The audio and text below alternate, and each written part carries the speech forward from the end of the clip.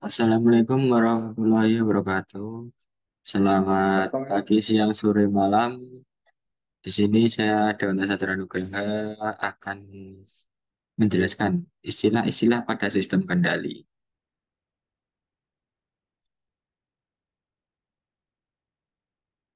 Yang pertama ada masukan atau input. Masukan atau input adalah rangsangan dari luar yang diterapkan ke sebuah sistem kendali untuk memperoleh tanggapan tertentu dari sistem pengaturan. Masukan sendiri juga sering disebut dengan respon keluaran atau yang diharapkan.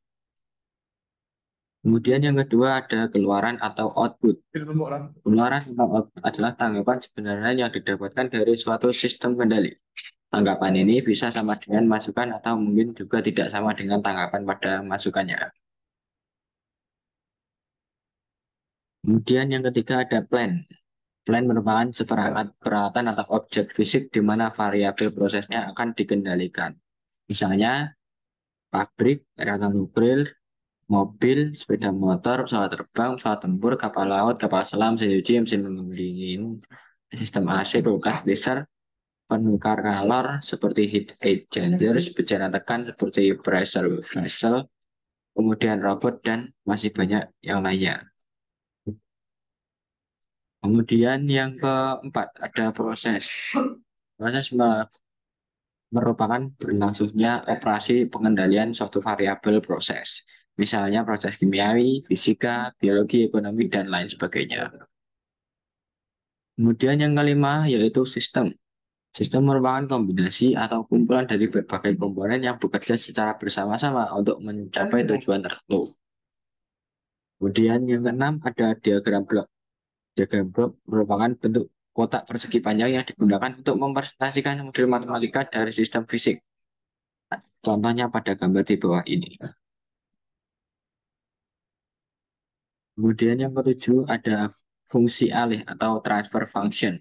Perbandingan antara keluaran atau output terhadap masukan atau input suatu sistem pengendalian. Suatu misal fungsi alih sistem pengendalian loop terbuka seperti gambar di samping dapat dicari dengan membandingkan antara output terhadap input. Kemudian yang kedelapan yaitu sistem pengendalian umpan maju. Sistem pengendali ini disebut juga sistem pengendalian loop terbuka. Pada sistem ini, keluaran tidak ikut andil dalam aksi pengendalian, sebagaimana dicontohkan gambar di bawah ini. Di sini, kinerja controller tidak bisa dipengaruhi oleh input referensi.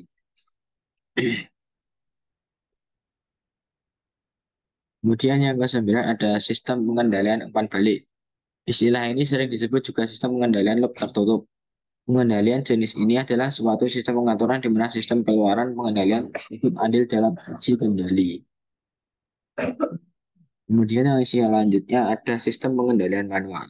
Sistem pengendalian manual di mana faktor manusia sangat dominan dalam aksi pengendalian yang dilakukan pada sistem tersebut. Peran manusia sangat dominan dalam menjalankan perintah, sehingga hasil pengendalian akan dipengaruhi pelakunya. Pada sistem kendali manual, ini juga termasuk dalam kategori sistem kendali jerat tertutup. Nah, sistem kendali manual, contohnya seperti gambar di bawah ini, yang mana tangan berfungsi untuk mengantar permukaan fluida dalam tangki. Permukaan fluida dalam tangki bertindak sebagai masukan, sedangkan penglihatan bertindak sebagai sensor. Operator berperan membandingkan tinggi sesungguhnya saat itu dengan tinggi permukaan fluida yang dikehendaki, dan kemudian bertindak untuk membuka atau menutup katup sebagai aktuator guna mempertahankan keadaan permukaan yang diinginkan. Kemudian ada sistem pengendalian otomatis. Sistem pengendalian otomatis di mana faktor manusia tidak dominan dalam aksi pengendalian yang dilakukan pada sistem tersebut. Peran manusia digantikan oleh sistem controller yang telah diprogram secara otomatis sesuai fungsinya, sehingga bisa memerankan seperti yang dilakukan manusia. Bahwa ini merupakan contoh gambar sistem pengendalian otomatis, di mana di dunia industri modern banyak sekali sistem kendali yang memanfaatkan kontrol otomatis, apalagi untuk industri yang bergerak pada bidang yang prosesnya membahayakan keselamatan jiwa manusia. Kemudian ada variabel terkendali atau kontrol variabel. Besaran atau variabel yang dikendalikan, biasanya besaran ini dalam diagram kotak disebut proses variabel atau PV. Level fluida pada bejana gambar gambar di bawah ini merupakan variabel terkendali dari proses pengendalian. Temperatur pada gambar di bawah juga merupakan variabel terkendali dari suatu proses pengaturan. Kemudian manipulator variabel.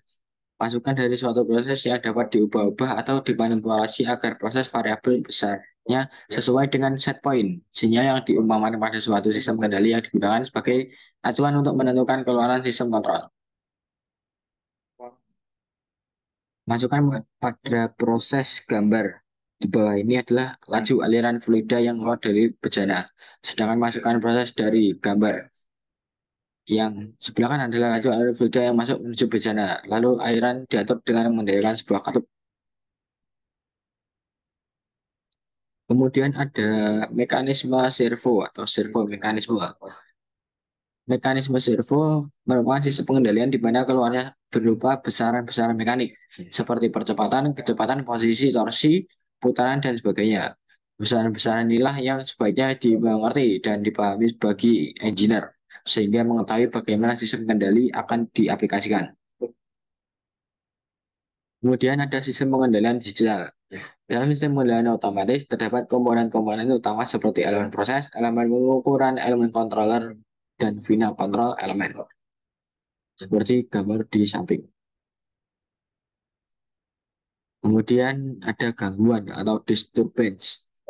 Gangguan atau disturbance merupakan suatu sinyal yang mempunyai kecenderungan untuk memberikan efek yang melawan terhadap keluaran sistem pengendalian.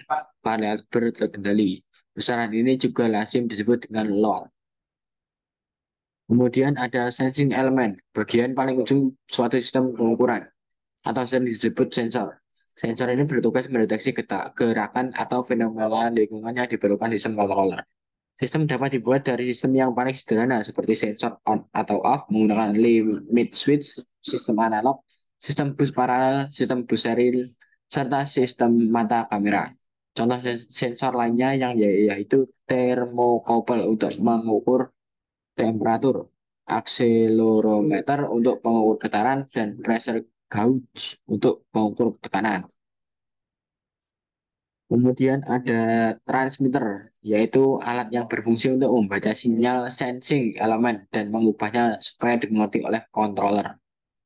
Selanjutnya ada aktuator atau piranti elektromekanik yang berfungsi untuk menghasilkan daya gerakan.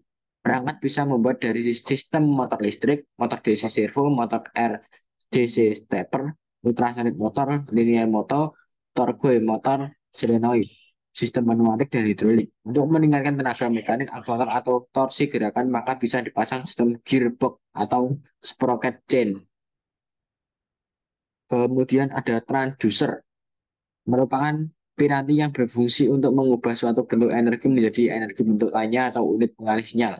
Suatu contoh pengubah sinyal gerakan mekanis menjadi energi listrik yang terjadi pada peristiwa pengukuran getaran. Terkadang antara transmitter dan transducer dirancukan. Keduanya memang mempunyai fungsi serupa. Transducer lebih bersifat umum, namun transmitter pemakaiannya pada sistem pengukuran. Kemudian ada measurement variable. Measurement variable merupakan sinyal yang keluar dari transmitter sendiri yang merupakan terminal sinyal pengukuran. Kemudian ada setting point, merupakan besar variabel proses yang dikehendaki. Suatu controller akan selalu berusaha menyamakan variabel kendali terhadap set point. Kemudian terdapat error. Error merupakan selisih antara set point dikurangi variabel terkendali. Nilainya bisa positif atau negatif, bergantung nilai set point dan variabel terkendali. Makin kecil error terhitung, maka makin kecil pula sinyal terkendali controller terhadap plan sehingga akhirnya mencapai kondisi tenang atau steady state. Kemudian ada alat pengendali atau controller sendiri. Alat pengendali sepenuhnya mengendalikan peran manusia dalam mengendalikan suatu proses. Controller merupakan elemen yang mengerjakan tiga dari empat tahap pengaturan, yaitu yang pertama, membandingkan set point dengan present variable, dua, menghitung variabel koreksi yang harus dilakukan, dan mengeluarkan sinyal koreksi sesuai dengan hasil perhitungannya. Kemudian ada control unit.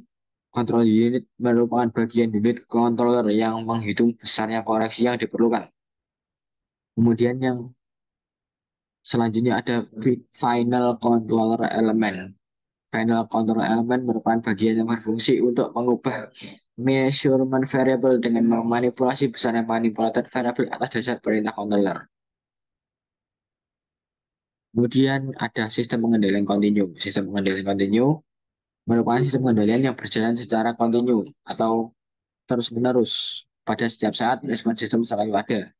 Pada gambar di bawah ini, sinyal ET yang masuk dari ke controller dan sinyal MT yang keluar dari controller ada sinyal kontinu. Sistem pengendalian adaptif merupakan sistem pengendalian yang mempunyai kemampuan untuk beradaptasi dengan perubahan lingkungan di sekitarnya. Kemudian ada sistem pengendalian diskrit atau digital. Sistem pengendalian yang berjalan secara diskrit atau digital merupakan proses pengendalian yang tidak berjalan setiap saat. Hanya pada saat waktu-waktu tertentu saja. Pada saat terjadi pencuplikan pada waktu cupliknya. Pada gambar di samping, sinyal ET yang masuk ke controller dan sinyal MT yang keluar dari controller ada sinyal digital. Sampler pada gambar di bawah dipergunakan untuk mengubah dari sinyal continue ET menjadi sinyal digital ET. T. Rangkaian holding device dipakai untuk mengubah sinyal digital ke sinyal continue.